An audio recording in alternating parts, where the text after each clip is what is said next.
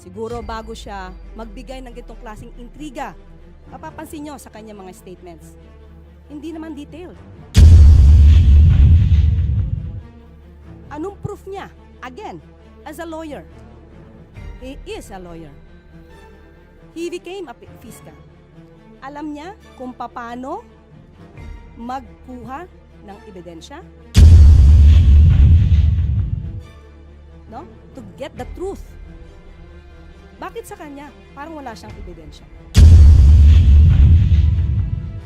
Laging paintriga. All we want here is evidence. Ipakita niya kung si PBBM o ang Pangulo ang nag-utos para magbenta ng gold reserves.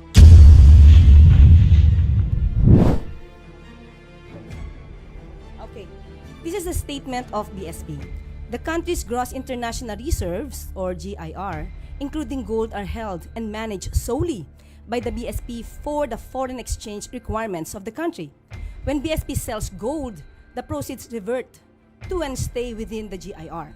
Last year, GIR rose to $106.3 billion from $103.8 in 2023. Similar to other central banks, BSP maintains a portion of its reserves in gold as part of the country's GIR, mostly to hedge against offset movements in the market price of other assets. It buys or sells gold to maintain an optimum level for this purpose. Not too big, not too small. Gold prices tend to move in the opposite direction of other assets. Therefore, central banks hold some gold as a hedge against huge declines in other assets in the reserves. However, gold prices can be volatile, earns little interest, and has storage costs.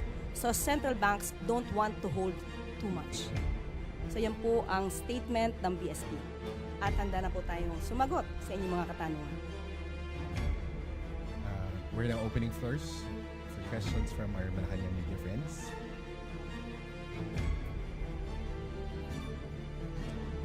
First question, Maricel Halili, News 5.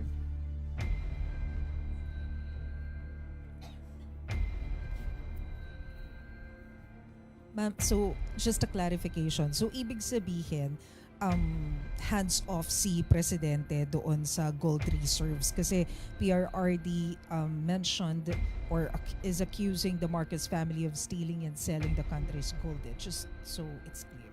Okay. Hindi pa to campaign joke ulit ni dating Pangulong Duterte? Hindi ba tayo nasanay dun sa jet ski promise niya? Na nung naniwala tayo halos sa mga sumuporta sa kanya, tinawag tayong stupid. So pag naniwala ba tayo ulit sa sinasabi niyang ito, baka mapagkamalan niyo tayo ulit at tawagin tayong stupid. But anyway, we will take this seriously para naman hindi magkaroon ng fake news, lalo na doon sa mga taong nakikinig sa kanya at maaari naniniwala ka. Itong issue na to, October 2024, nasagot na ito. Ang nagtataka lang ako, bakit paulit-ulit na binibring up ni dating Pangulong Duterte? Wala ba siya mga economic experts na magsasabi sa kanya kung ano ba talaga ang regular activities ng BSP? Ayon sa BSP, ang pagbebenta ng gold is just a regular activity. How? Why? To pump up the economy. Even at the time of former President Duterte, trabaho na ito ng BSP. Hindi niya ba alam iyon? Okay, now, sinabi nga dito, ang pagbebenta ng gold, kung mataas ang presyo, dapat ibenta. Sinabi din ng BSP, hindi pwede silang mag-hold that much of a gold. Okay, now, ang nagtataka lang tayo, bakit hindi ito alam ng dating Pangulo? Siguro bago siya magbigay ng ganitong klaseng intriga, mapapansin nyo sa kanya mga statements, hindi naman detailed. Anong proof niya? Again, as a lawyer. He is a lawyer. He became a fiscal. Alam niya kung paano magkuha ng ebidensya, no? To get the truth. Bakit sa kanya? Parang wala siyang ebidensya. Laging paintriga. All we want here is evidence. Ipakita niya kung si PBBM o ang Pangulo ang nag-utos para magbenta ng gold reserves. Samantalang sinabi rin ng BSP, solely and manage ito. No? Solely managed by the BSP. So paano magkakaroon dito ng hand or pakikialam ang Pangulo? Joanna Yu, People's Journal. Ma'am, when you said you will take this seriously, what do you mean by that? Will the government file charges against the former president? Hindi naman po. Sasagutin lang namin yung mga joke na lagi niya sinasabi. Since tayo ay sumasagot dito ng seryoso, baka sa susunod sasabihin na naman ng mga supporters niya, hindi niya na naman kilala si dating Pangulong Duterte. Puro joke yan. So ito bang mga sinasabi niya during sa kanilang rallies or campaign rallies? Joke ba o seryoso? We have to know that. And also, ma'am, would you know under the Marcos administration kung ilan na po gold ang naibenta? As of now, wala tayong records, pero sabi nga nila, according sa BSP, kukunin namin ito. Kung inyo pong i-require at alamin po natin kung maibibigay po sa atin ng BSP ang records na ito. Pero ang sabi nga po nila, mas tumaas pa po ang GIR natin to $106.3 billion. So ibig sabihin, hindi tayo, wala tayong problema sa gold reserves natin. So that's fake news. Ang sinasabi nila ay fake news. Or, mas formal na word, disinformation. Thank you. Next question, please. Do we still have questions from our media friends? Pia Gutierrez, ABS-CBN.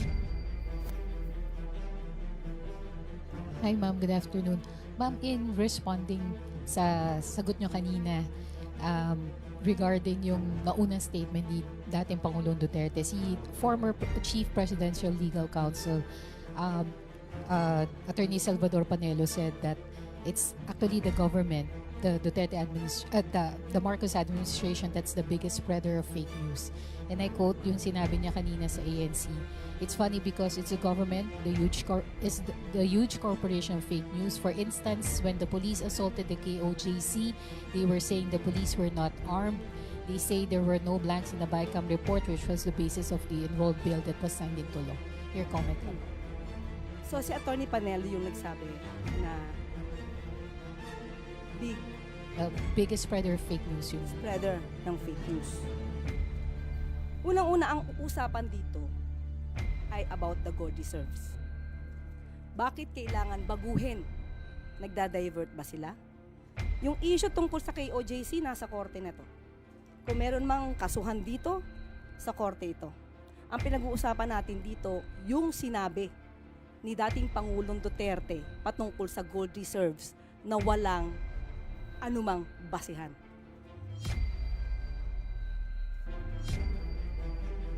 Thank you, Yusek. We have more questions from MPC. Ray Pardilla, PTV4. Good afternoon po, Attorney. Sa Mandawi rin po sinabi po ni former President Duterte na bumalik na po yung droga sa Davao, Cebu, and Manila. Marami na ring mga tambay ang na-hold up at mga nasasaksak. Reaction po. Davao, including Davao City? Oh, okay. Kung Davao City pinag-uusapan natin, sino ba ang mayor ng Davao City? Hindi ba yung anak niya? Si Mayor Baste Duterte. So, ang ibig ba sabihin nun, napaka-inefficient ng anak niya? Again, ulitin natin, nasaan ang data patungkol rito? At tandaan natin, nung panahon niya, at least ngayon may record kung may namamatay. Nung panahon niya, menong bang nare-record doon sa mga biglang nawawalang mga tao? Tanong lang natin yon. So dapat yun siguro, alamin din niya. Pero as of now, sabi nga natin, anak niya ang namumuno sa Davao City. Bakit ganun ang kanyang lungsod? Ivan Medina, GMA7. Yusek, kakapanumpa niyo pa lamang po ngayong araw na ito as Undersecretary and Palace Press Officer. And you come out with guns blazing. Ito na ho ba ang magiging communication stance ng Administrasyong Marcos starting today? Siguro ganito lang po talaga ako. When it's for the truth, ilalaban natin yan. Wala tayong, hindi tayo magsasagwa ng anumang fake news. Basta kaya maalab ang damdamin natin sa salita is because we know we are fighting for the truth. Do you think it has come to a point that the administration needs to take this, firmer stance against fake news because it has already gone to worrisome levels? Yes, we have to fight for that. We have to fight against fake news. Otherwise, yung mga tao na naniniwala sa kanila, maiiba ang isip nila. Maiiba ang diskarte nila. It is our obligation, especially tayo, mga taga-media. Dapat nating iparating sa taong bayan, ano ba ang katotohanan. Iwasan natin yung mga intriga na walang basihan. As of now, kasi puro intriga eh. Puro intriga ang pinapasok sa utak natin. At nakakasira ito sa bansa, sa ekonomiya. Hindi po ba? Thank you. Maricel Halili, News 5. Hi ma'am, good afternoon once again. Ma'am, just so mas maintindihan po namin yung mandate ninyo, are you also considered as the presidential spokesperson? I am not a spokesperson because the president will be speaking for himself. Okay, ang mandato ko is to explain, to expound anuman ang pronouncements, direktiba ng palasyo. And Pangulo. But I will not consider myself as a spokesperson. Po ba ang difference ng press officer sa spokesperson and press briefer? Okay. May mga pagkakataon po kasi na kapag magkakaroon po kasi, if I'm not mistaken, magkakaroon mismo ang Pangulo ng once a month na press con.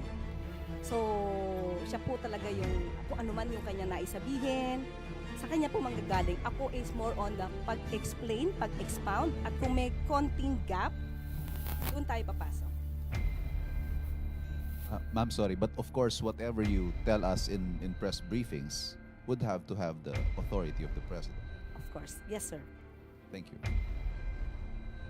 Babasahin ko. Akong babasa. Okay. This is a statement of BSP. The country's gross international reserves, or GIR, including gold, are held and managed solely by the BSP for the foreign exchange requirements of the country. When BSP sells gold, the proceeds revert to and stay within the GIR. Last year, GIR rose to $106.3 billion from $103.8 in 2023. Similar to other central banks, BSP maintains a portion of its reserves in gold as part of the country's GIR, mostly to hedge against offset movements in the market price of other assets. It buys or sells gold to maintain an optimum level for this purpose. Not too big, not too small. Gold prices tend to move in the opposite direction of other assets. Therefore, central banks hold some gold as a hedge against huge declines in other assets in the reserves. However, gold prices can be volatile, earns little interest, and has storage costs. So central banks don't want to hold too much. So yan po ang statement ng BSP. At handa na po tayong sumagot sa inyong mga katanungan. We're now opening floors for questions from our Malacanang media friends.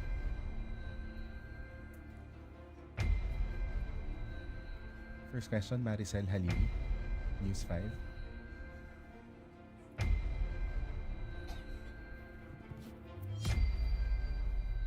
Ma'am, so just a clarification. So ibig sabihin, hands-off si Presidente doon sa gold reserves kasi PRRD mentioned or is accusing the Marcos family of stealing and selling the country's gold. Just so it's clear. Okay. Hindi pa to campaign joke ulit ni dating Pangulong Duterte? Hindi ba tayo nasanay dun sa jet ski promise niya? na nung naniwala tayo halos sa mga sumuporta sa kanya, tinawag tayong stupid. So pag naniwala ba tayo ulit sa sinasabi niyang ito, baka mapagkamalan niyo tayo ulit at tawagin tayong stupid. But anyway, we will take this seriously para naman hindi magkaroon ng fake news, lalo na doon sa mga taong nakikinig sa kanya at maaaring naniniwala pa. Itong issue na to, October 2024, nasagot na ito. Ang nagtataka lang ako, bakit paulit-ulit na binibring up ni dating Pangulong Duterte? Wala ba siya mga economic experts na magsasabi sa kanya kung ano ba talaga ang regular activities ng BSP? Ayon sa BSP, ang pagbebenta ng gold is just a regular activity. How? Why? To pump up the economy. Even at the time of former President Duterte, trabaho na ito ng BSP. Hindi niya ba alam iyon? Okay, now, sinabi nga dito, ang pagbebenta ng gold, kung mataas ang presyo, dapat ibenta. Sinabi din ng BSP, hindi pwede silang mag-hold that much of a gold.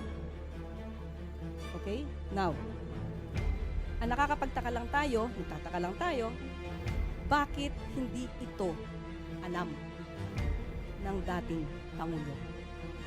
Siguro bago siya magbigay ng itong klaseng intriga, mapapansin nyo sa kanyang mga statements, hindi naman detail.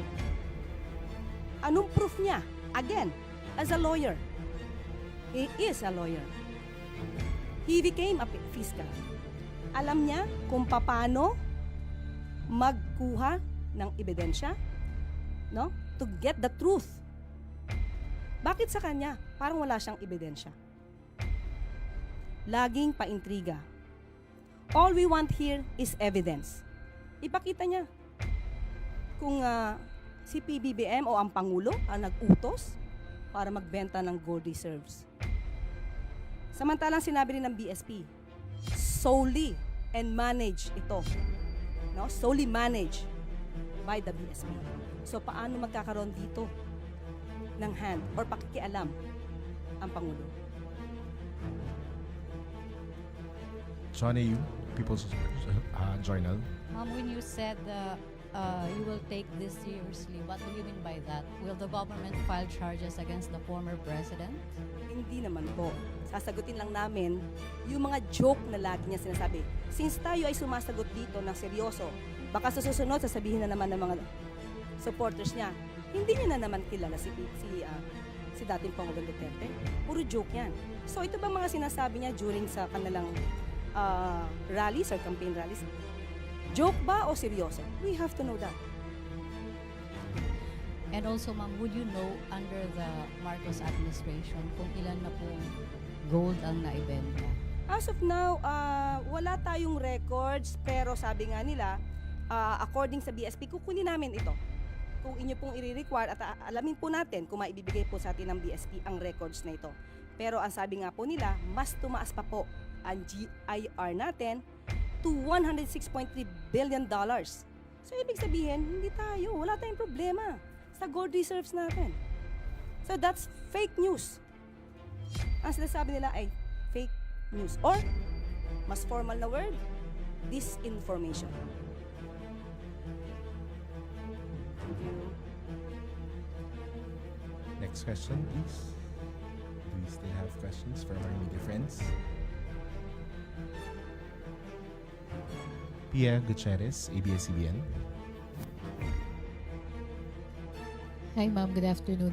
Ma'am, in responding sa sagot nyo kanina regarding yung naunang statement ni dating Pangulong Duterte, si former Chief Presidential Legal Counsel Attorney Salvador Panelo said that it's actually the government, the Duterte the Marcos administration that's the biggest spreader of fake news. And I quote yung sinabi niya kanina sa ANC. It's funny because it's the government, the huge corporation of fake news. For instance, when the police assaulted the KOJC, they were saying the police were not armed. They say there were no blanks in the BICAM report, which was the basis of the enrolled bill that was signed into law. Your comment lang po. So So si Attorney Panelo yung nagsabi na big The biggest spreader of fake news yun. spreader ng fake news. Unang-una ang usapan dito ay about the gold reserves. Bakit kailangan baguhin? Nagda-divert ba sila? Yung issue tungkol sa KOJC, nasa korte na to. Kung meron mang kasuhan dito, sa korte ito. Ang pinag-uusapan natin dito, yung sinabi ni dating Pangulong Duterte patungkol sa gold reserves na walang anumang basihan.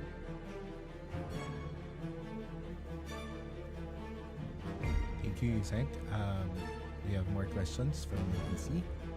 Ray Pardilla, PTV4. Good afternoon po, Attorney.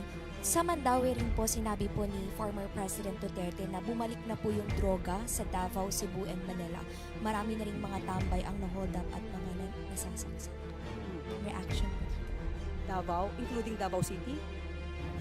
Oh, okay. Kung Davao City pinag-uusapan natin, sino ba ang mayor ng Davao City? Hindi ba yung anak niya? Si Mayor Baste Duterte. So, ang ibig ba sabihin nun, napaka-inefficient ng anak niya? Again, ulitin natin, nasaan ang data patungkol rito?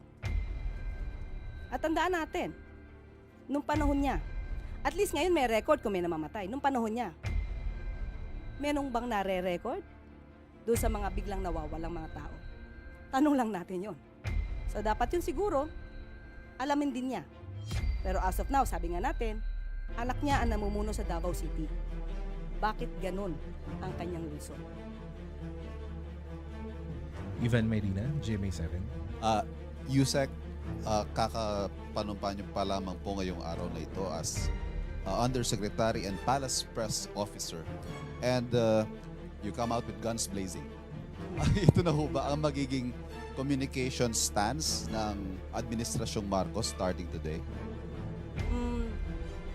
Siguro ganito lang po talaga ako. When it's for the truth, ilalaban natin yun. Wala tayong, hindi tayo magsasagwa ng anumang fake news. Basta kaya maalab ang damdamin natin sa salita is because we know we are fighting for the truth. Do you think it has come to a point that the administration needs to take this, firmer stance against fake news because it has already gone to worrisome levels? Yes, we have to fight for that. We have to fight against fake news. Otherwise, yung mga tao na naniniwala sa kanila, maiiba ang isip nila. Maiiba ang diskarte nila. It is our obligation, especially tayo, mga taga-media. Dapat nating iparating sa taong bayan, ano ba ang katotohanan. Iwasan natin yung mga intriga na walang basihan. As of now, kasi puro intriga eh. Puro intriga ang pinapasok sa utak natin. At nakakasira ito sa bansa, sa ekonomiya. Hindi po ba? Thank you. Maricel Halili, News 5. Hi ma'am, good afternoon once again. Just so mas maintindihan po namin yung mandate ninyo, are you also considered as the presidential spokesperson? I am not a spokesperson because the president will be speaking for himself. Okay, ang mandato ko is to explain, to expound anuman ang pronouncements, direktiba ng palasyo and Pangulo. But I will not consider myself as a spokesperson. Ano po ba ang difference ng press officer sa spokesperson and press briefer? Okay. May mga pagkakataon po kasi na kapag magkakaroon po kasi, if I'm not mistaken, magkakaroon mismo ang Pangulo ng once a month na press con. So, siya po talaga yung, kung ano man yung kanya naisabihin, sa kanya po manggagaling. Ako is more on the pag-explain, pag-expound, at kung may konting gap, doon tayo papasok. Ma'am, sorry, but of course, whatever you tell us in press briefings would have to have the authority of the president. Of course. Yes, sir. Thank you. Okay. This is a statement of BSP. The country's gross international reserves, or GIR, including gold, are held and managed solely by the BSP for the foreign exchange requirements of the country, When BSP sells gold, the proceeds revert to and stay within the GIR. Last year, GIR rose to $106.3 billion from $103.8 in 2023. Similar to other central banks, BSP maintains a portion of its reserves in gold as part of the country's GIR, mostly to hedge against offset movements in the market price of other assets. It buys or sells gold to maintain an optimum level for this purpose. Not too big, not too small. Gold prices tend to move in the opposite direction of other assets. Therefore, central banks hold some gold as a hedge against huge declines in other assets in the reserves. However, gold prices can be volatile, earns little interest, and has storage costs. So central banks don't want to hold too much. So yan po ang statement ng BSP. At handa na po tayong sumagot sa inyong mga katanungan. We're now opening floors for questions from our Malacanang media friends.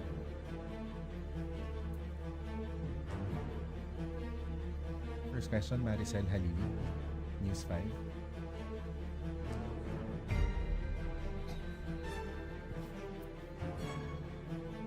Ma'am, so just a clarification. So ibig sabihin, hands off si Presidente doon sa gold reserves kasi PRRD mentioned or is accusing the Marcos family of stealing and selling the country's gold. Just so it's Okay. Hindi pa to campaign joke ulit ni dating Pangulong Duterte? Hindi ba tayo nasanay dun sa jet ski promise niya? Na nung naniwala tayo halos sa mga sumuporta sa kanya, tinawag tayong stupid.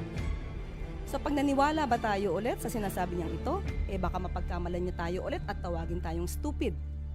But anyway, we will take this seriously para naman hindi magkaroon ng fake news, lalo na doon sa mga taong nakikinig sa kanya at maaaring naniniwala pa. Itong issue na to, October 2024, nasagot na ito. Ang nagtataka lang ako, bakit paulit-ulit na binibring up ni dating Pangulong Duterte?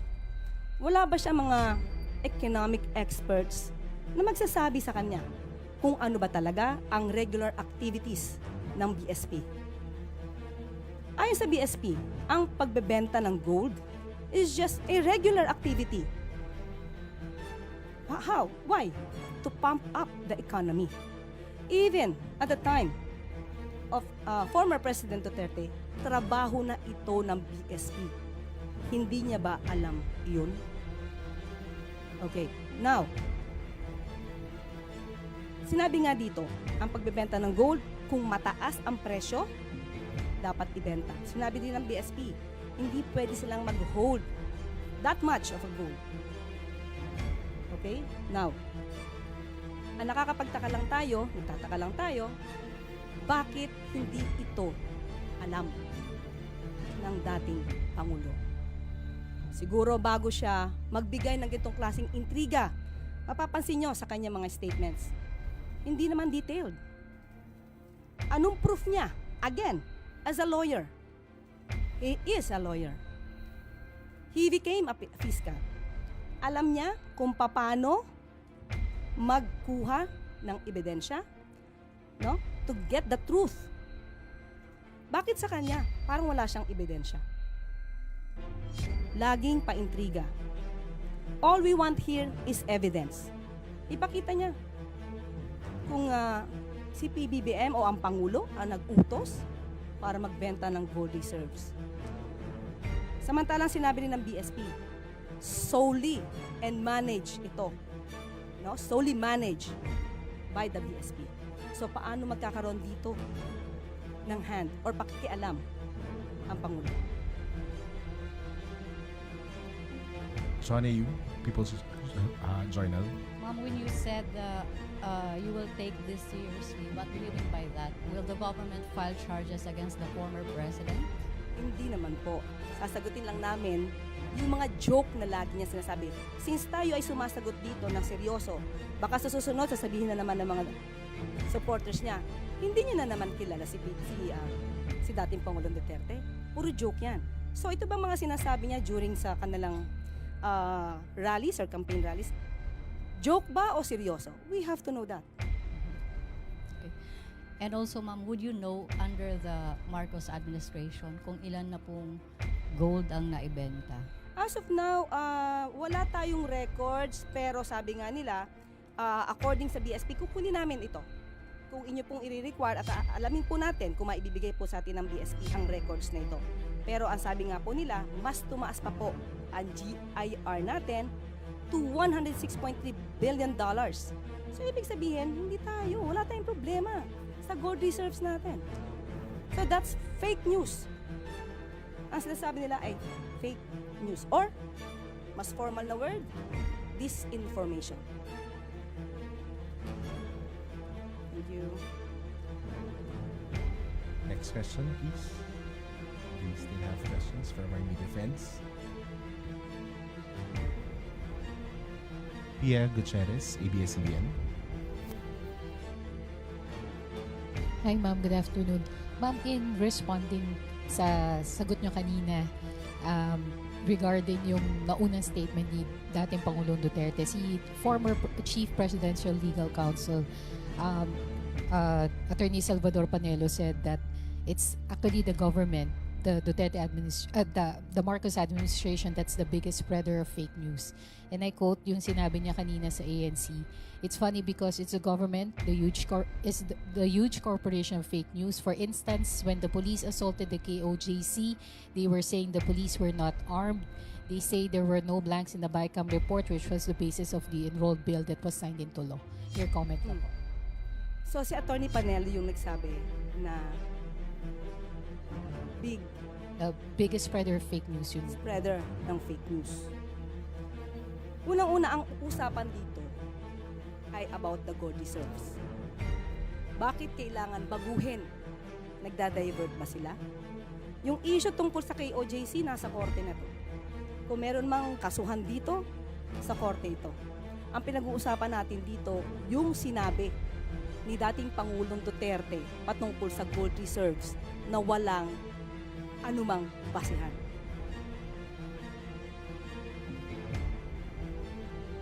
Thank you, Yusek. We have more questions from NTC. Tay Pardilla, PTV4. Good afternoon po, Attorney. Sa Mandawi rin po sinabi po ni former President Duterte na bumalik na po yung droga sa Davao, Cebu, and Manila. Marami na rin mga tambay ang na-hold up at mga nasasaksak. Reaction po dito. Davao, including Davao City? Oh, okay. Kung Davao City pinag-uusapan natin, sino ba ang mayor ng Davao City? Hindi ba yung anak niya? Si Mayor Baste Duterte. So, ang ibig bang sabihin nun, napaka-inefficient ng anak niya? Again, ulitin natin, nasaan ang data patungkol rito? At tandaan natin, nung panahon niya, at least ngayon may record kung may namamatay, nung panahon niya, menong bang nare-record doon sa mga biglang nawawalang mga tao? Tanong lang natin yon. So, dapat yun siguro, alamin din niya. Pero as of now, sabi nga natin, anak niya ang namumuno sa Davao City. Bakit ganun ang kanyang lungsod? Ivan Medina, GMA7. Yusek, kakapanumpa niyo pa lamang po ngayong araw na ito as Undersecretary and Palace Press Officer. And you come out with guns blazing. Ito na ho ba ang magiging communication stance ng Administrasyong Marcos starting today? Siguro ganito lang po talaga ako. When it's for the truth, ilalaban natin yan. Wala tayong, hindi tayo magsasagwa ng anumang fake news. Basta kaya maalab ang damdamin natin sa pasasalita is because we know we are fighting for the truth. Do you think it has come to a point that the administration needs to take this, firmer stance against fake news because it has already gone to worrisome levels? Yes, we have to fight for that. We have to fight against fake news. Otherwise, yung mga tao na naniniwala sa kanila, maiiba ang isip nila. Maiiba ang diskarte nila. It is our obligation, especially tayo, mga taga-media, dapat nating iparating sa taong bayan ano ba ang katotohanan. Iwasan natin yung mga intriga na walang basihan. As of now, kasi puro intriga eh. Puro intriga ang pinapasok sa utak natin. At nakakasira ito sa bansa, sa ekonomiya. Hindi po ba? Thank you. Maricel Halili, News 5. Hi ma'am, good afternoon once again. Ma'am, just so mas maintindihan po namin yung mandate ninyo, are you also considered as the presidential spokesperson? I am not a spokesperson because the president will be speaking for himself. Okay, ang mandato ko is to explain, to expound anuman ang pronouncements, direktiba ng palasyo and Pangulo. But I will not consider myself as a spokesperson. Ano po ba ang difference ng press officer sa spokesperson and press briefer? Okay. May mga pagkakataon po kasi na kapag magkakaroon po kasi, if I'm not mistaken, magkakaroon mismo ang Pangulo ng once a month na press con. So, siya po talaga yung, kung ano man yung kanya naisabihin, sa kanya po manggagaling. Ako is more on the pag-explain, pag-expound, at kung may konting gap, doon tayo papasok. Ma'am, sorry, but of course, whatever you tell us in press briefings would have to have the authority of the president. Of course. Yes, sir. Thank you.